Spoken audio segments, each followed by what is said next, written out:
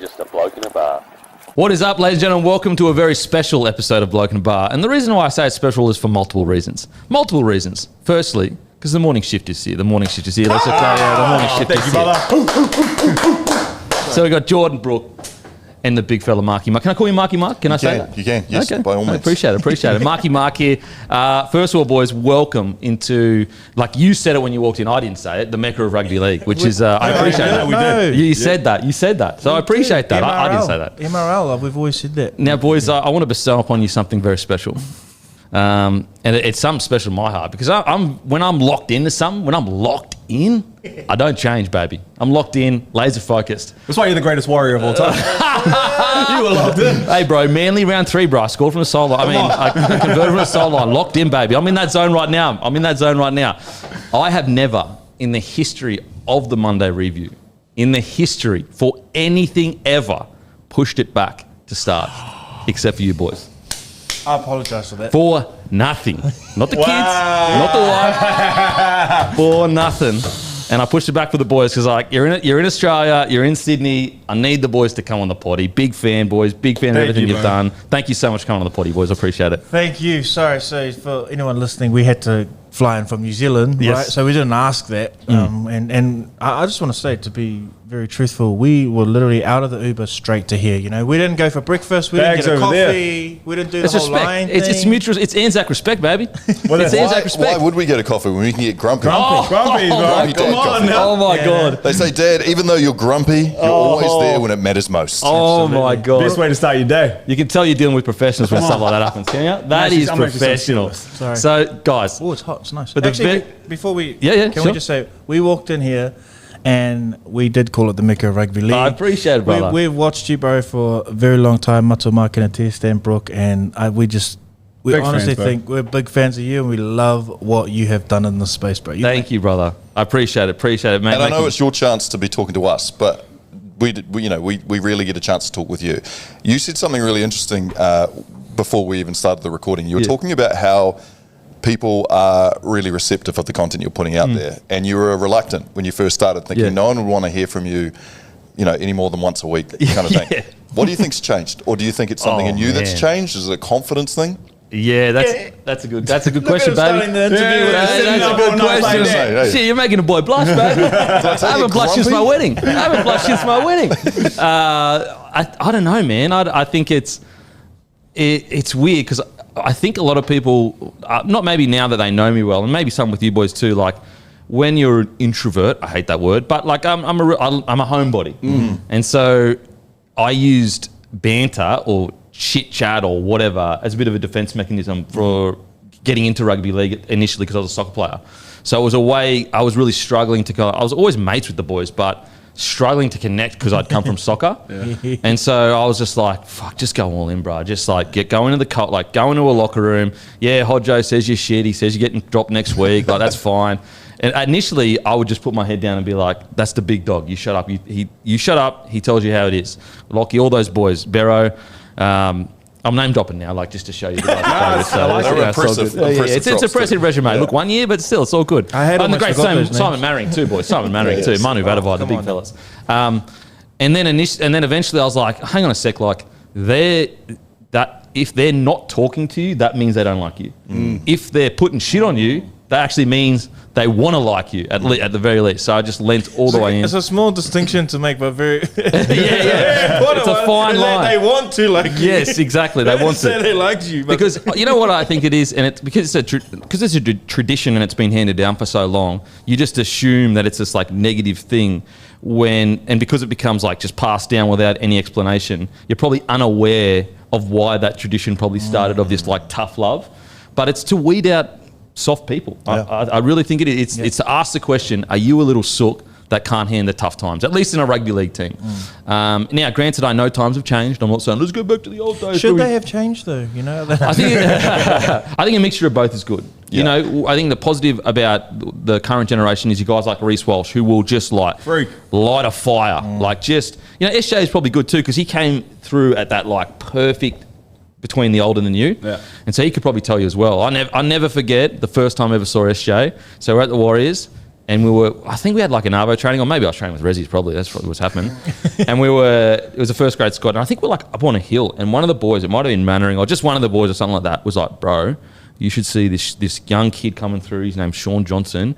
He's an absolute freak. Anyway, so we're watching from the hill. This kid tear up. I think it was under 20s or something like that. Like just absolutely. That 20 squad too. Oh, Squad. bro. Some of the craziest shit I've ever seen. And from that moment on, like sometimes people go, oh, yeah, I knew he was going to play first grade. You never really know. Some of the best players through juniors, they don't play first grade.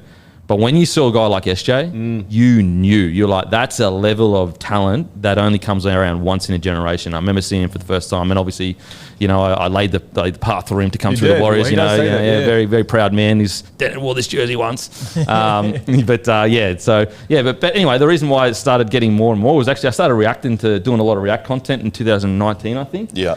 And so like, funnily enough, like React content then it was actually still already 1 or 2 years old, but to the mainstream, it was like, oh, what's React content? Like now it's like, fuck, everyone does it. And that's kind of like when my personality started to come through, there was reactions to it. And I'll never forget the first time I realized like, oh shit, this is a thing.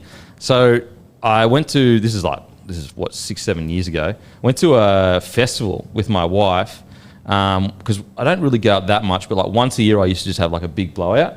And all these dudes came up to me like, dude, the Goosey. And I was like, what the? Because like the thing with a podcast, especially back then, that was just in my second bedroom talking shit. Yeah. So like to me, it's such a personal, private thing. I'm not out in the public getting a feel for what it's really like.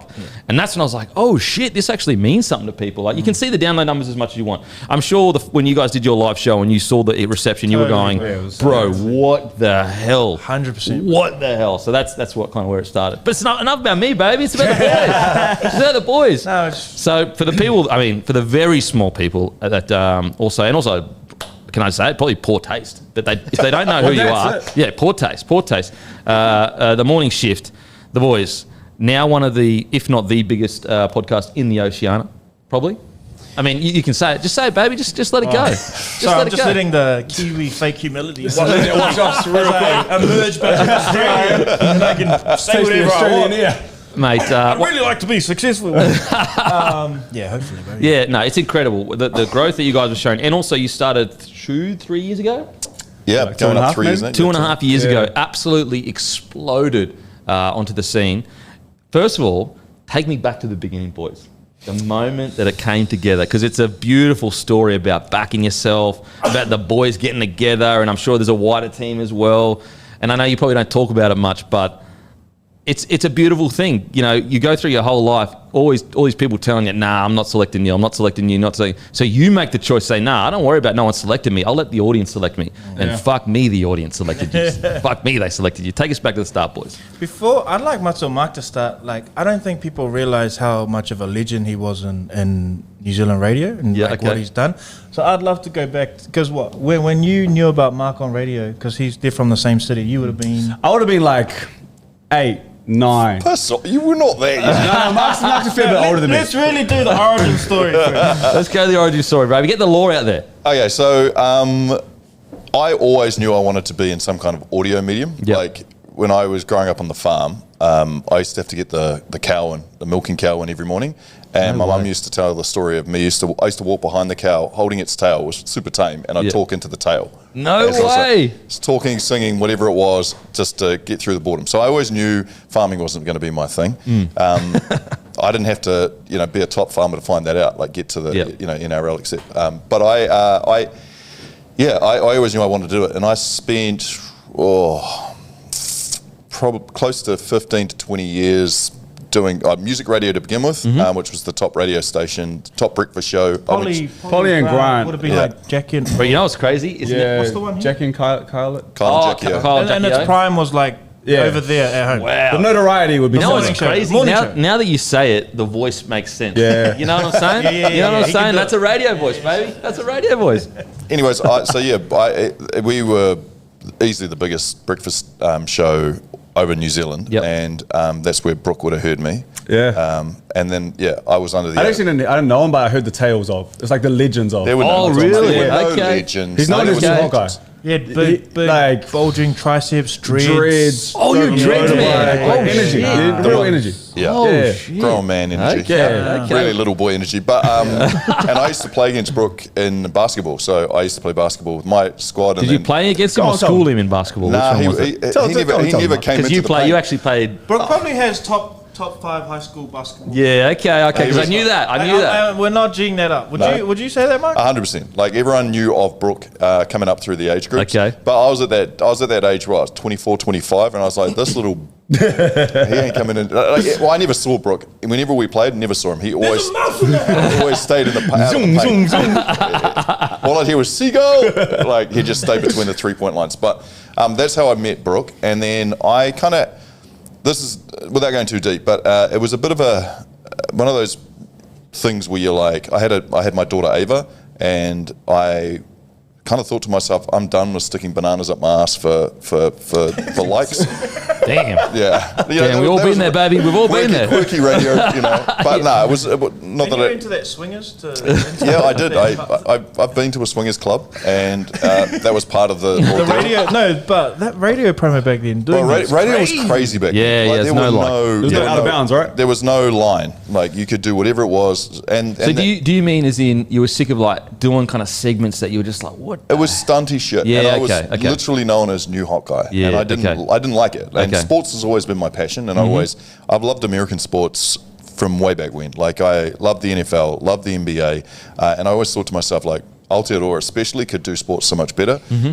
And my real goal was to get on the sports station and kick it in the ass, like bring it to modernize it, give people something to be excited by. Like enough about wins and losses. Let's start talking about the peripherals, the game within the games, like all the players, their families, that kind of stuff. Really, like I was passionate about. And then, so I moved up to Auckland. Was at Radio Sport for a bit. They closed that down during COVID. They just decided sport was done, so that station was done. God, yeah, of course. So that was my first redundancy, and that was. How you feeling after that? Because it's Shit. such an emotional. Yeah, I would challenge anyone in their everyday lives now to eliminate work from their life and still stay on the straight and narrow. Because as much as we like to think we're more than that, we put so much time and energy and effort into it, and that's a little different from being a petrol forecourt attendant, right? Like whether you work for Mobil or BP, whatever. It's not really a passion thing, but when It's you're a job rather than a profession. kind of totally. thing. But when you're putting your everything into the role that you're doing, Hot. and people know you for it, and then it's taken from you, you go through this real kind of period of am I not good enough? Yeah. Feel a bit like a fraud too, because like Totally. people are like, oh, you're so good at what you do. Oh man, I just got around. am I though? But Yeah, yeah. So you question a lot, and I think that was my first kind of big kick in the teeth, and I was like, oh, that's rugged. And then I started my own podcast, which was a visual podcast out of Eden Park.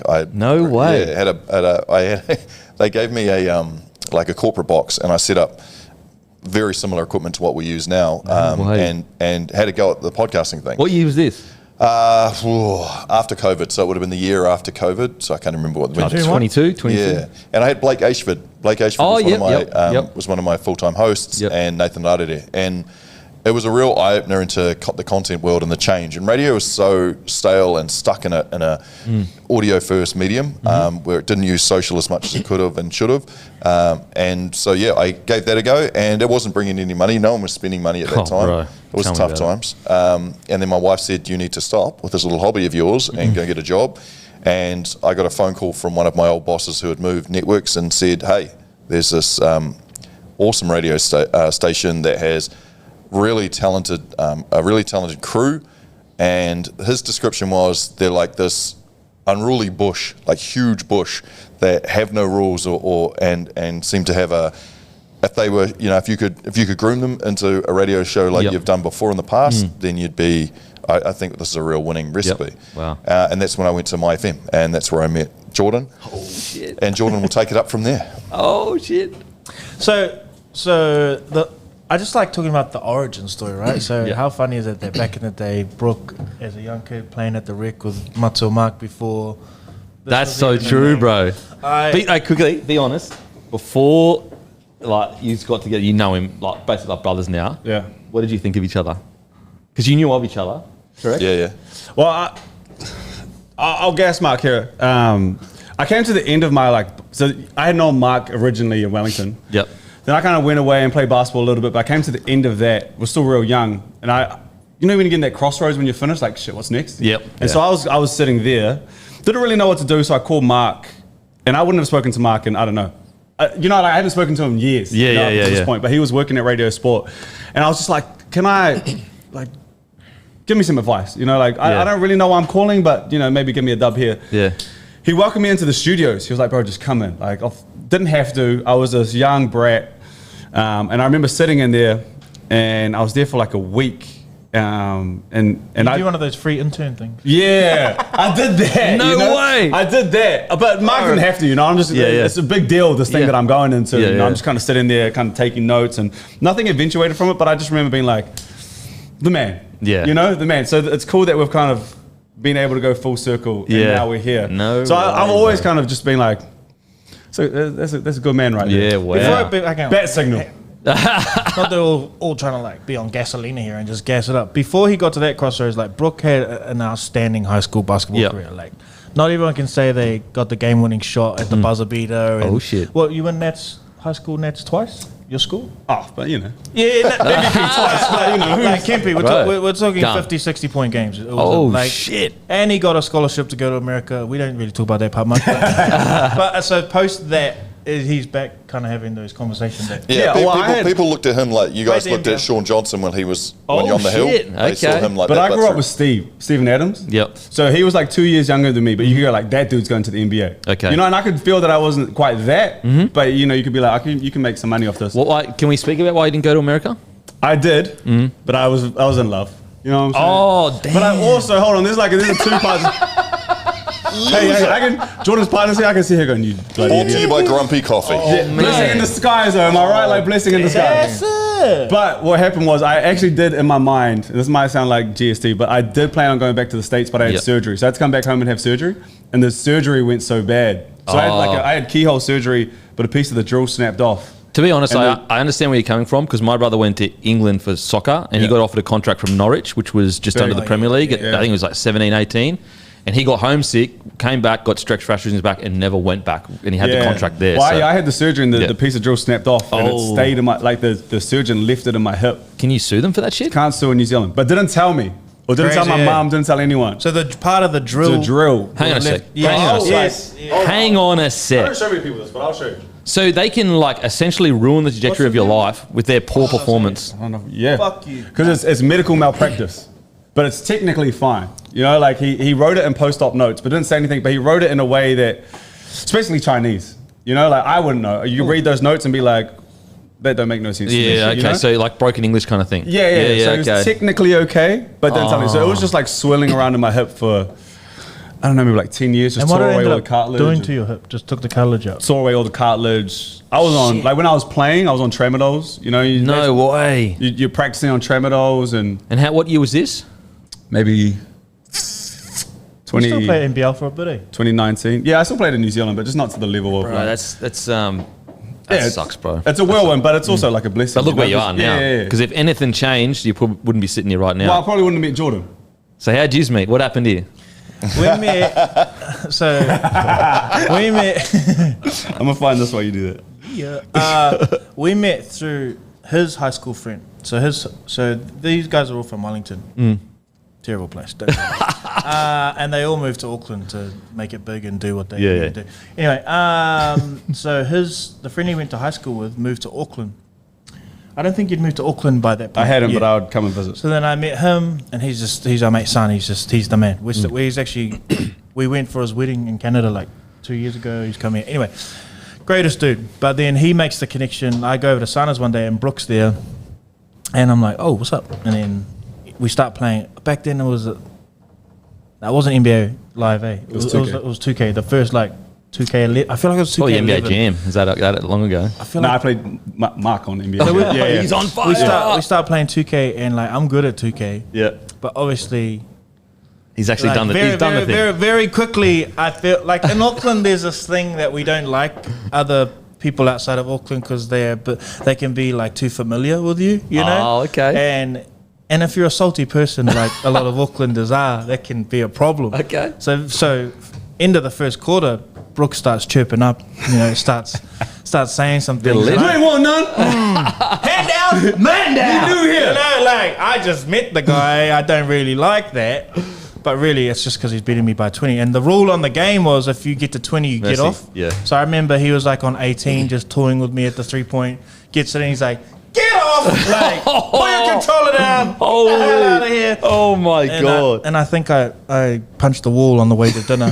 No way. Yeah, something like that. It was weird. It was weird. Yeah. Like I couldn't handle it. Oh my God. It was a slow start. It was a rough start for us, but we got there. But you were probably used to talking shit to like people you don't know because that's what you would do in basketball, I'm assuming. Basketball is like it's like a language. Yeah. It's like a language within a language, Like if you're a great shit talker. Yeah. This is what it is. Yeah, you're like known around the way, Okay. And so you can like, even if you're subpar on the court, if you can kind of hold your own off the court and playing like 2K and things like that. Yeah. Like you. Okay. It kind of helps. Okay, so the morning shift though, like this is like, so My FM, what happens there as much as you can say? Yeah, so we all get to My FM at different times, but the awesome thing was that we got to work together and form this bond, which is, that's the real thing to highlight, Like it's so, My FM is so awesome in terms of the story. Not at the time, but me and Brooke were.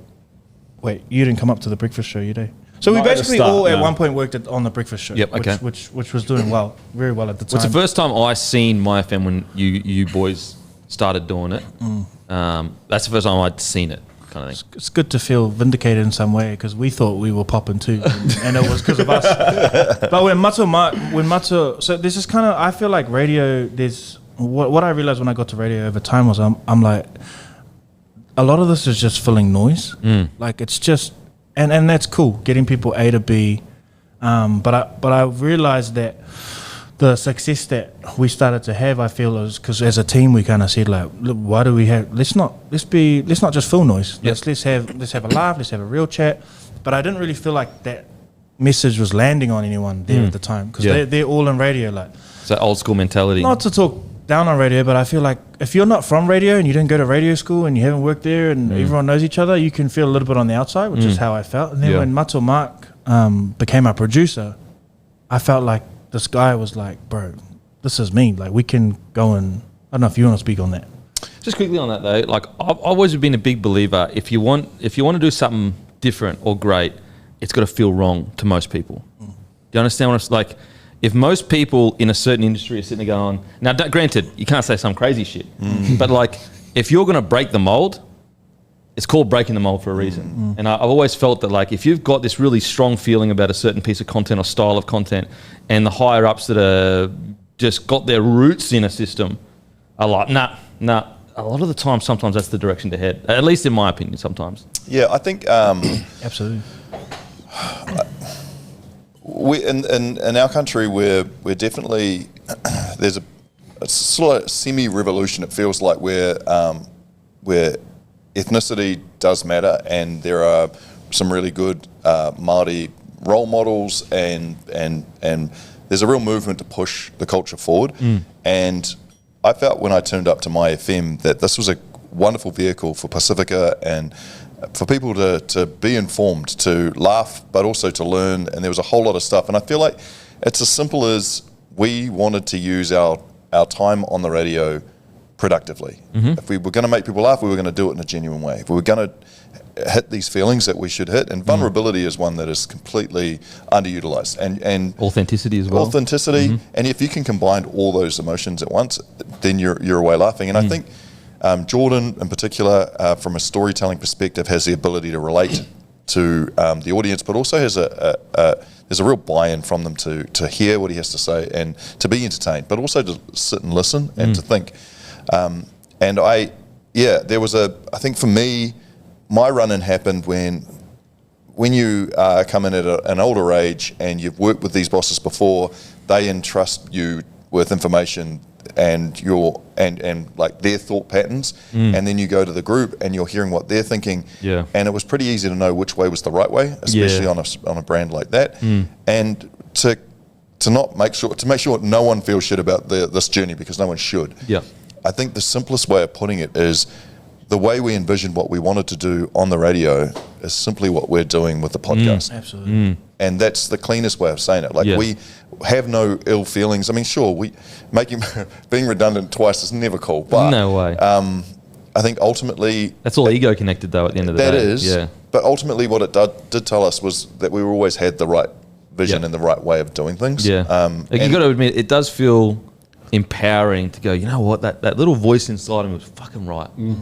How many times in your life you've had that little voice inside of you and you tell it to shut up? You go, oh, but then the audience says, no, that voice was right. You should have backed it in, or you know. Which is no different to say what you're going through when you were saying you know one show and then you start to feel, hang on a sec, there is something here. This is what we were thinking, like what you were thinking with that one show, to then be able to, you know, extrapolate it out and have more and more come in. People want more. That's the real kind of warm feeling where you're like, we did a thing and people enjoyed the thing and they want more of the thing. So, and I feel like, you know, there's such a page from the same book for where I've seen your success and ours, and I don't know how to kind of put this into words, but I feel what we do is kind of like what you do in terms of, like, if we want to say new media versus old media. For me, like, new media is like there's these two opposing sides where we know how to set the story up, and this is what old media love to do, and it's usually polarizing opposites. It's either this or it's either this, and all new media does is like, no, there's this whole other groove to get into here. Why can't they be both? I'm with you. Why don't there's a mistake here, but we don't have to be a shit cunt and shit on them. Because they're just people at the end of the day too. There's this whole other path, bro. I'm with you. That people want to listen to, that people need to hear, that actually exists. And I feel like we were trying to do that where we were, and the best thing was, to be honest, you know, if we went into a room and I kind of asked for what I think I should get, and in hindsight, let's say they gave me that, it was still peanuts to what we were really should have been getting. Peanuts. But I probably would have stayed, bro. And I probably would have said, and this intuition that I had that things could be better, but you know, sometimes that's important to feel, because you want to change stuff that where you're not supposed to be on their time that they pay for, which is their prerogative. Absolutely. Like at a simple base, like that's their platform, you know. So to be able to be moved on, and now to look back and think, man, I can't just not be okay with that. I've got to be so happy with that. It's crazy how such a negative thing, once time gives it space, such a positive thing. Perspective, and for you to, and for anyone listening to relate this, like if there's, I don't think everyone has it, but I think when you get it, and it's just kind of feels like you can't really stop thinking about it. You can easily, no one has to push you to go in that direction in your mind of what you want to get. I think if you have that, like, you have to go through obstacles so that to convince yourself that you're who you say you are. You know? And that's what's been the most rewarding thing is and we're terrible at really celebrating, but often we'll have a quiet moment to have a little laugh and reflect and kind of go like, and for me personally, I just feel a sense of pride going, man, these ideas that we used to dream about and think like, well, we could just do that. We actually went and did that. 100%. And it actually fell on the right ears and fell on the right people. And that's been the rewarding part of all of that. So morning shift comes together, bro. Yeah. How does it come together? Like, when did you just kind of like say, this is it, we're all in? Brooke, you can tell us. Yeah, and make sure we thank Webby. Yeah, so we have we all have a mutual friend as well. Yeah. Webby, who's the owner of Incredibly successful clothing brand. Yeah, so shout out to our boy. He was kind of the mastermind behind all of this. So, and we just finished our live shows, but I said this during the shows, is timing is such an important thing. Like Massive. The divine timing of everything. You have to be able to realize it sometimes as well, you know? Like, I was coming to the end of the contract, timing with these boys. Webby was in a situation where he could go, boys, we can do something here. I was frightened, if I'm being honest. Like we had a catch up maybe 2 months before we really got into it, and I was still like, I don't know, like offer here, I can go back to radio and, you know, say, because I was about to have a kid. Yeah, okay. And so that was scary for me, but absolutely. There was just like something there going, nah, there's a chance you boys can do something here. Yeah. You know? And that's why this kind of, even sitting here today with you, bro, it's like this is kind of like a pinch yourself moment for us. Nah, to be like, I appreciate that, bro. It is, bro. You know, like, this is pretty cool. We watch all of your stuff. Thank you, You know, bro. Thank you. we're big fans. We get you on the show when we can get you on the show. Yeah. It's cool for us to be here. Can I try one of the beers, please?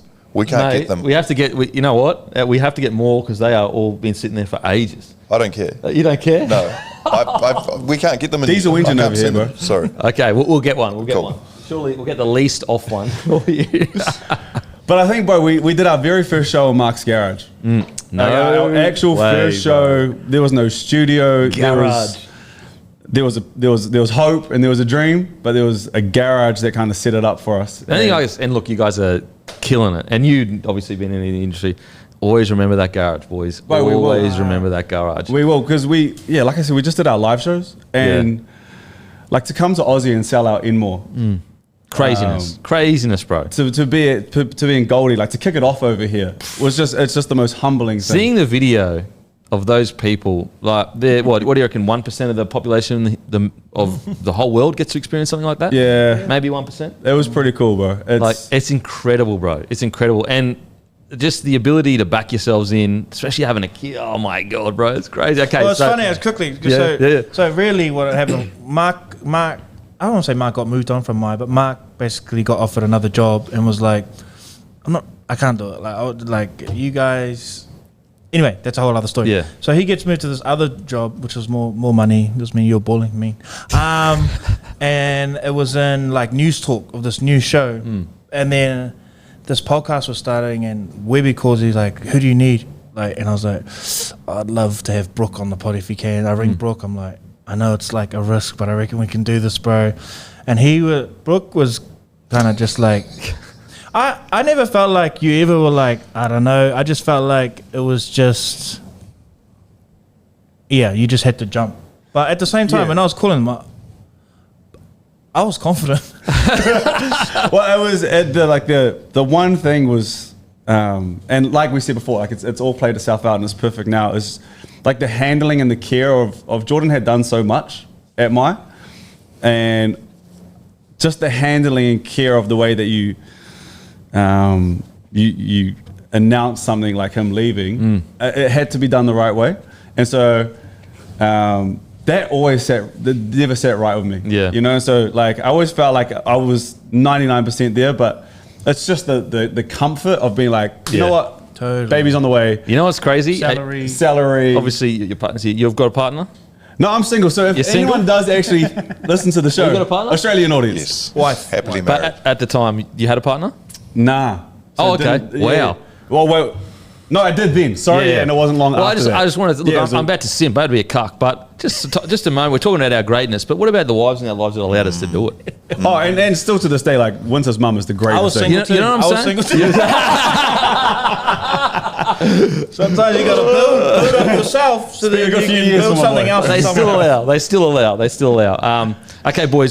So you bring it together. You're in the garage, and it's all ticking along. When did you just wake up almost and go, oh shit, we're here. We are here. Like, this is an experience. Like the young me, if I sat there and told that young me, he'd be like, bro, settle down. Let's just relax. We ever do. I definitely had a moment where I was like, we've arrived. And that was when I'd spent 15 years, close to 20 years, trying to get on the radar of NZR. And remember when we were 3 months into New Zealand rugby, for anyone who didn't. All Blacks. That's our game for US Aussies listening. It's our game. Ultimately, they are a tough nut to crack. They don't give a shit about media. But we were 3 months into doing our podcast, and we received one of the most exciting phone calls I'd ever taken. And the All Blacks were getting ready for a Rugby World Cup, and they wanted us to come along and create content at the Rugby World Cup. Only that to me was like, it fell through, but weird. Like, but the call was made. They ended up saying, nah, never mind. But the fact that they called you to... They called, yeah. That to me was enough. And as a massive sports fan, like for me, that in our country especially, to be able to be on the radar of NZR for me was a massive tick in the box.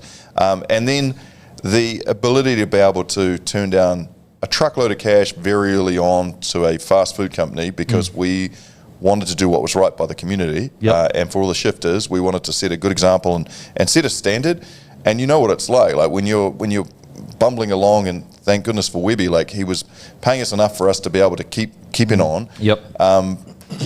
Then all of a sudden we all looked at each other and we knew straight away that money, not all money is good money, and that this was going to set a standard for where we were headed to. Yep. And to say no to the cash then and there, and probably which would stopped us from going to the World Cup in the end. Yep.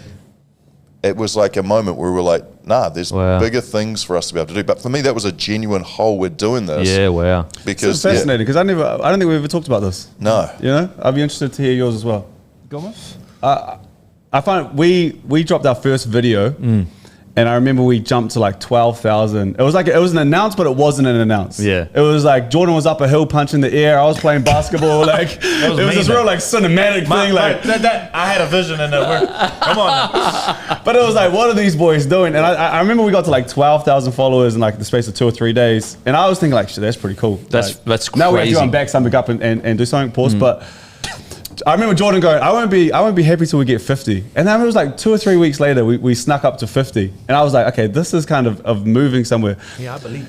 So like that's crazy. That was kind of my first one. Yeah. The second one, in saying this, I think we do a terrible job because I actually never really thought about it, but now I'm thinking about it. The second one, we get to work, you can feel like a little bit of angst in the air. Everyone's like kind of hiding something from me and Jordan. We're going, what's going on here? Sit us down. We always sit in different chairs to 2 different cameras, and they sit us down on the same chair, so we're on the same camera, and T-Pain pops up. Bro, I remember seeing that clip just going, the boys. Like, I didn't even know you at that point, but I just felt I was like, that's incredible, bro. That's incredible. So to see his face and kind of, he had us over there in the States, and to meet him and be in the room with him and hopefully do some more stuff in the future. Oh, like, shit. That was probably one for me going like. Do you know how many young girls rejected me to buy you a drink? Like 2000, what was it, 2008, 2009? I can tell you, 20-year-old, 18-year-old. He bought us a drink, bro. Music, bro. When I say young, I mean I was 18, they were 18. Boys, now in regards to what's the vision though? Like, you know, we've had to speed run this. I wish I could have hours and hours. But what's the vision? Actually, sorry, what was your moment? We got time. You got time? We got 12 minutes. Just live show, bro. That was Live probably show? like, that was the one for me. What does it mean? Because, it's going to get. Am I in a safe space here, boys? 100%. Always safe. Always safe. Me, when I get that, when I say I do a live show or whatever, I struggle with it sometimes because I'm like that little kid that someone bullied, or that little kid that no one didn't like that much. How do you go with the adoration or the love from all those people? Is it like, no, it's I deserve it, I own it? Or do you go, fuck man, I'm just that little kid that struggled to make friends? Or because I've got a theory that sometimes we are just little kids in grown-up bodies. Social cues are all there for us, but when the times get tough, your little kid comes out, you know. And so, how do you feel in those moments? I struggle with the praise, and I think I've seen you guys struggle a little bit with the praise. Why is that? Maybe start with someone who doesn't struggle with the praise at all. Not too much. I'm joking. But you know what? I always look at it with gratitude. Yep. I think that's the first place that I start, especially with the live shows. Every single person who was in that audience had spent hard-earned cash, Crazy. and I know it's super hard to get cash. Yep. They'd spent that time where they could have, you know, they hired babysitters, whatever the case. They've made an effort. Just to reinforce your point, there are pop stars that come to this country that they wouldn't spend money to go and see. Think about the impact of that. Yeah. And I think when that hits me, like, it's just a real feeling of gratitude, and it doesn't, that overflows over the top of pretender, you know, I don't deserve this, anything. Like, it's just, I just have this mass wash of gratitude. Yep. And man, it just, again, like, it can take me straight back, like, to all our live shows right at the very end, and everyone's like standing up and clapping. Like, I just get goosebumps thinking about I it. get goosebumps And yeah, it is gratitude that washes over me, like, just super thankful. Yep. And that stops me from feeling any of the other ones that could quite easily creep up on me. Boys, how do you feel when that happens? I think part of the thing that to extend off that is that makes me thankful, and why I should always be like that is this isn't going to last forever. You know, we're going to have our last show at some point, and but you know, to be in this kind of season in my life right now, particularly in these times, particularly in New Zealand, to be able to leave to go get my kid from kindy kura kaupapa when I need to be able to get in late, make a call, sorry bro, I'm 45 out, I've got to drop kids off, or to have the kind of stability, but with the excitement of doing something you want to do and others allowing you to do that, is why we'll always be thankful. I'm always in two minds about the adoration because I know what this thing is. I know there's pedestals people love to put you on, and and in the same breath, because you need that public equity, like they can tear it down at the same time too. Absolutely, yeah. And so I just know what the game is, but what I always look for is, I don't think Morning Shift, like the wider people, if you've seen us, you'll never really understand like what we are unless you know, if you probably listen to the podcast in a bit more depth and been able to get to the moments that we've been able to get to together. And it's that's what I look for. I look for that quiet, genuine moment where a bro will pull me aside and be like, I don't really want to tell you this, but bro. It's always kind of like to me that space to me is like, I'm so that's special to me. You know, because it's almost like it just has to flow out because there was some kind of, we were able to facilitate some kind of space of authenticity that they were able to feel in their life, and that's helped.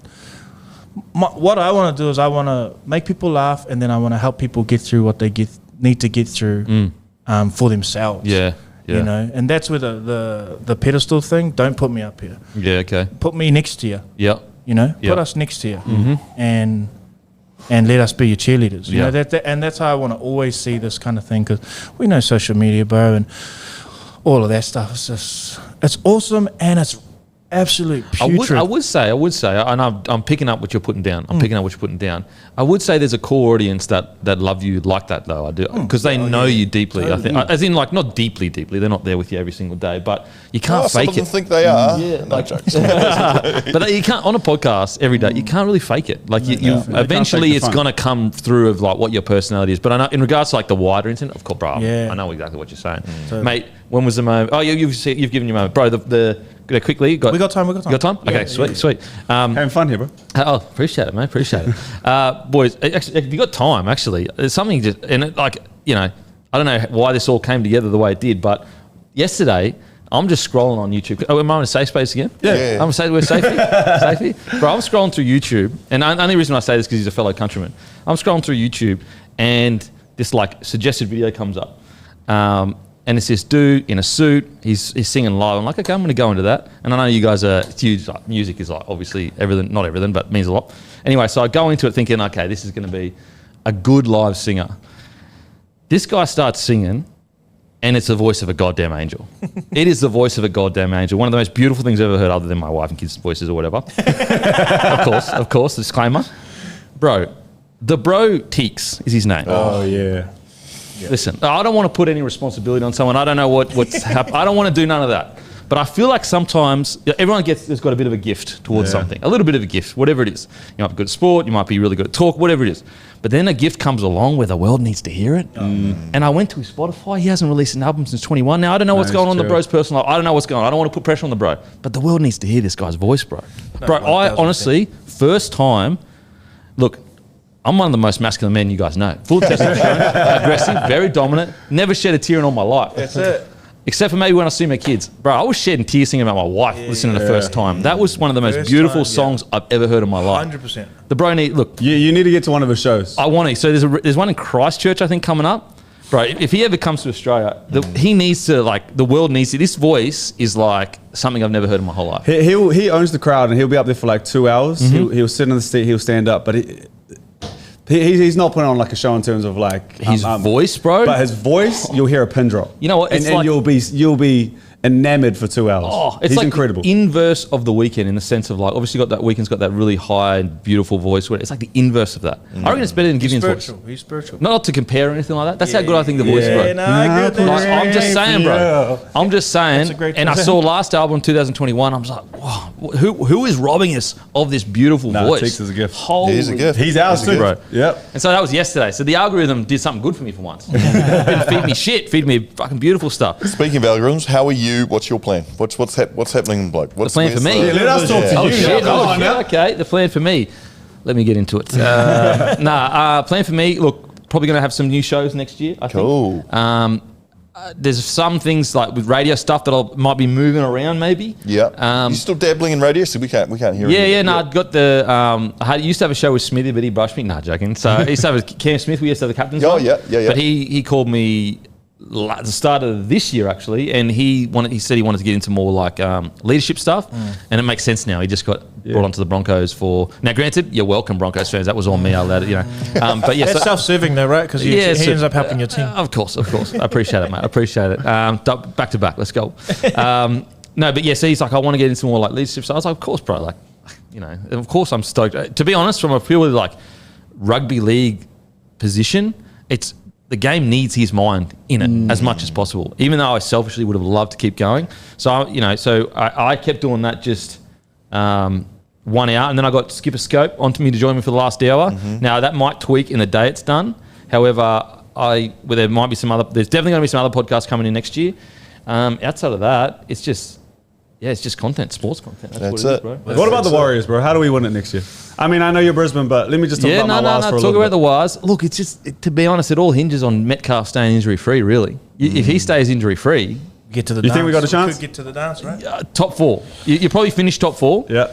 You get to the... Then it's anyone's game, right? I will say, I just don't know if you got the roster to when they go up that extra gear, like the Storm, the Penrith and the Broncos. Now, are you building to that roster? Absolutely, you're building to that roster. Like your juniors, it's the first time. So 2 or 3 years ago, might be 2 years ago, was the first time that you had all the way 16s to first grade. Never had that before. And all we did as Aussies would just poach your talent. Thank you. Premiership, thank you. And so that's probably not going to happen as much anymore. And also, rugby in New Zealand, All Blacks will always be, the top. I'm not pretending that's the case. But locally, there is a case to be made that there are a lot of young Kiwi kids that go, you know what, the Wars are hot right now. They're selling out. There might be a few union guns that go, you know what? Because there's just so much money in league now, bro. But this is something that you'll probably find interesting. I'm not sure if you know this, but a lot of our top rugby players are more inclined to watch rugby league, which then does shift the dial to make those decisions whether or not our rugby players are...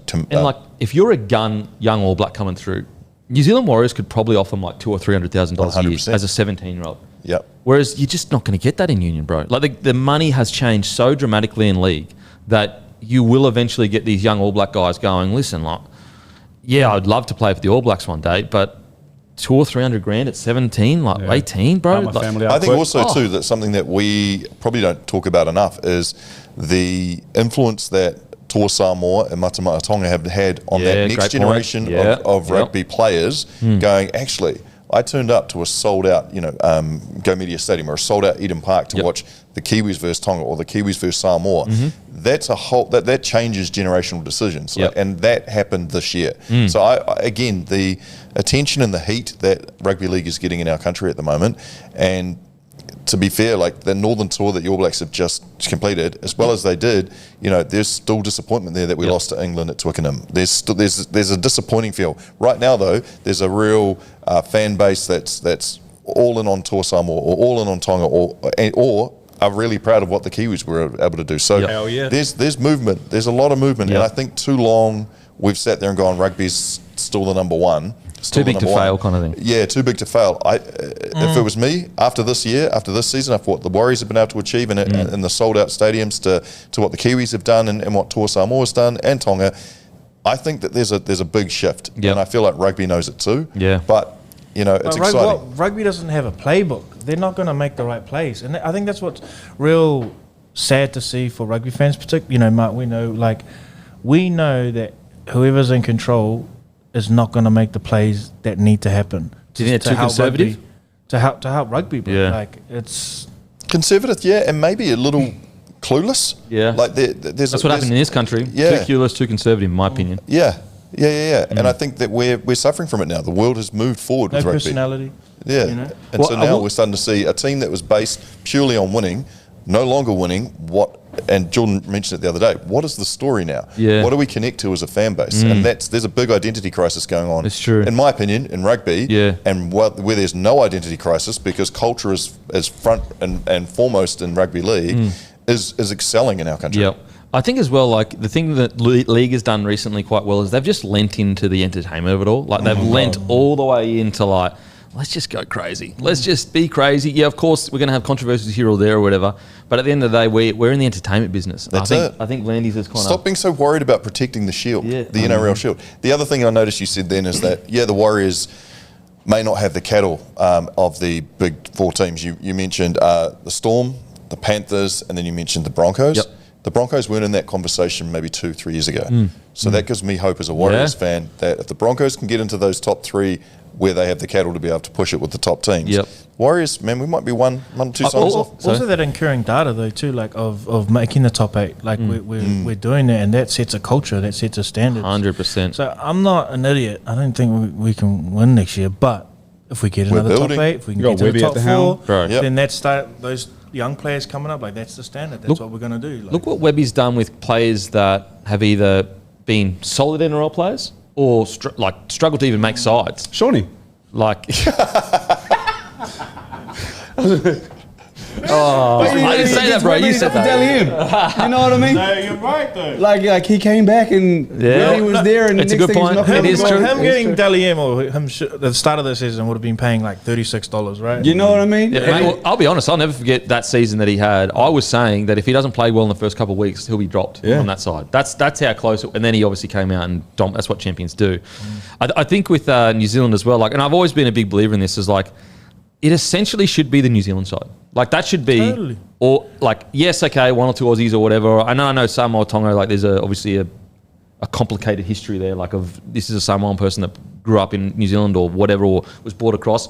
But like it should be basically when the when the Kiwi side gets selected, it's essentially most of the New Zealand Warriors. In my opinion, that's what it should be, because you know you look at some of these grand final sides. We've got, and I say we, but I mean like the Australian sides. All your best Kiwis. Like, look at the Melbourne Storm for so long. Had your Kiwi captain for most of the time, you know, like Roger at Roosters. Yeah. Like, and so I think that's going to change, bro. And I think that guys like Leka, Valmunga, sorry if I'm butchering those names, that if they can just like do similar to what the Broncos boys did, like Paddy Carrigan and Payne Haas, and said, we'll take pay cuts, we'll stay loyal to each other, Walshy, all those boys, they've got the talent to win a premiership. It's just a matter of they got to do it. They got to follow through, and it's going to take time. Like Payne Haas took the Broncos from a wooden spoon. There's an image of him and Paddy Carrigan. Paddy Carrigan's resting his chest. Have you seen that image? No. Yeah. So Paddy Carrigan's. This is when they're young as shit. 2020, I think it is. He's resting his head on Payne Haas's shoulder, and they are broken young men. Like 20 years old. What the hell? This is the famous Broncos jersey. How are we here right now? The same picture, they're winning a premiership 5 years later. Paddy Carrigan's on unders, Payne is on unders. I know he's still on a lot, but you know, unders compared to what he did elsewhere. So if the New Zealand Warriors are willing to make that sacrifice, I do. The talent is not a question, and it's never been a question for the Warriors. Go look at the under-20s comp. They used to pump every team. No explanation, no words. I need a winner for next year's State of Origin. Queensland. And a winner of the Rugby League World Cup. Australia. Okay, hit and up. You know what I don't like? You know what I haven't liked? You know what I haven't liked about Australia not being like playing over the Ashes, and I feel like some of these fans, Kiwis fans, some more Tonga fans, like let's keep it 100. Australia could probably clap these teams 9 out of 10 weeks if they play. I reckon we need and then because you don't want to give these guys. Can we shut up? Like I saw some comments like, "Oh, bring on Aussie," and that. Shut up! These guys need to feel like no one doubts them. They don't need any extra motivation. It's a good point. It's a good point. We love that shit. Do not give the sweet as then straight away. We'll say it now. The Kangaroos are winning the Rugby League World Cup. You guys are too good. I will say this. Where is the Rugby World League Cup? In Brisbane. Oh, it's all around here, right? No, where's the final being played? It'll be Sydney, surely. Probably Suncorp. You know if it's at Suncorp? Oh, really? Aussie could lose. Is it Suncorp? Don't say it. We don't need to say it. You know, where's the Suncorp? I feel like a venue, depending on who could get to that Benji, we there one time. Can I say this? I'll say this, and I'll say this with, I'm going to take my Australian hat off, which I don't often do. You hate our forward pack, eh? You hate that listen, Kiwi forward pack. Son of a... I've got to say, I've been with some dogs. I've trained with some fucking dogs. You know, the Webkeys, the Petros, the Brad Thorns. Oh, come on now. He's a goat. Bro, one of the most underrated goats all time. Unreal. Doesn't get spoken about enough. Brad Thorn. I never forget one of the first times I met him. I was in the gym, And I was like, pro. Soccer player, would have been like 80 kilos. Just so light, so little. Anyway, so I'm in the gym and I'm doing we never did bicep curls, but like some kind of fucking. Actually, Barrow always used to say, you need to do bicep curls, you got to look the part. But anyway, so I was doing whatever exercise it was. Anyway, Brad Thorne walks behind me and he goes, like this, stands up, goes like that, and he goes, this is what a real man looks like. Yeah. And then walked off. Yeah, big dog. He can too. And he was true. He's he was proven. Right, man. What am I supposed to say to that? I was like, you know what? You got a point You're there. about to say something about our forward pack. Yeah. As I said, I've been and trained and played with some dogs, but this forward pack for the New Zealand side is one of the most trenches forward pack you'd ever want. If I'm in a trench right now, I want those boys in the trench with me. They love that shit. Seeing Moses Leota look at Jason Taumalolo and go, let's have a go. See, we already know Fish and Leota's resume speaks for itself. We don't need to talk about that. Tarpane, he hunts anyone. Tarps is a freak. He hunts anyone. And then you've got guys coming off the bench to win. Dally Ems, you've got White, who the Roosters are going to build a whole forward pack How good is White, bro? Then you've got guys like Xavier Willison that was I thought in the 2 games he played in the finals, obviously Payne was great against Penrith, but in the grand final, I thought he was one of the best forwards on the field. Bro, he's young as well. He's also, his Instagram tag is Mr. Stand on Business. Like, how do you get better than that? How do you get better than that, bro? He looks about 7'2" out there. Oh, bro. So anyway, We stood Nas down too. He was Nas was inside. Yeah. Nas was inside. So listen, like, I just think, So I want to make a prediction because I'm a bloke, because I want this to be clipped and then I want to feel like I'm the man. I think on all accounts, not putting aside my national pride and the love I have for Samoa, Tonga, Kiwis, on all accounts, Aussie should win the World Cup next year. Yeah. My thing is, depending on what team and what fans can get to the game, I think the only day you can beat Aussie is if you make it spiritual, not just a physical game. Oh, shit, okay. You know what I mean? And bring the mana. You know, going to a Tonga game, you know, like hearing the hymns and all that. Incredible. But that's all I want to say. Yeah, but I'll agree with you in the sense that, like, don't give us some ammo, because as Queenslanders, listen, I say this is a joke all the time, but some, like, a tiny part of me thinks it. Like, Australian spirit is just Queensland spirit borrowed. But anyway, oh shit, don't say that. I agree with that. But we love hearing that shit as Aussies. We go, oh, okay, so we're the underdogs again. No worries, we'll lean into that. Someone's got the flu this week. Someone can't play, and then they all roll out. And we Who will the Kiwis halves be? Dylan Brown, Jerome Hughes. It's not bad, man. I'm just saying. Look at him. Oh, shit. No Okay, it'd be Cles Munster probably. I call him Cles. Close mate. But when then we got Mitchell Moses in the wings, we got Ethan Strange, Ezra coming through. Shit. That's so good. Nick Cup does have a year. It's such a good World Cup, bro. I'm so You know what? 10 years ago, we wouldn't even be having this conversation. You'd probably be sitting there going, fuck this guy not playing for Samoa. He said, oh, why is he playing for Samoa? Now you're saying, bro, you've got this, the fact that Tino might be in the Samoan side and probably will be in the Samoan side come World Cup. Yeah, changes it. Tino Payne Haas in your front row, bro. With Hammer there now too. With Hammer there as and well. Critter's going to play. Critter, To'o, Tangor, Taylor May, Terrell May, who didn't get used on the bench, don't understand why. Bro, it's incredible. And then, like, I know they didn't have a great series, but Katoa with Tonga, bro. They got a chance. It's so good. Bro, boys, I've got to let you go. I don't want to be the guy that holds you back from your next thing. Thank you so much for coming on. Congratulations on everything you've achieved. The morning shift. You guys have got to listen to it daily. Each morning? Yep. Each morning, Every daily. day. The best in the business, the biggest podcast in the Oceania, probably bigger than that as well. You don't want to miss it. On Instagram, look, I don't need to say follow them. They're already, 1.5 million on TikTok, 800K on Instagram, probably, 1.5 to 2 million downloads a month, just quietly. Just 3 good dads. Oh, shit. Boys, I really do appreciate you guys coming straight from the airport. India, I do appreciate it. And thank you for coming on. Thank you, brother. Thanks for having me. Thank you. Thanks, boys. Grumpy.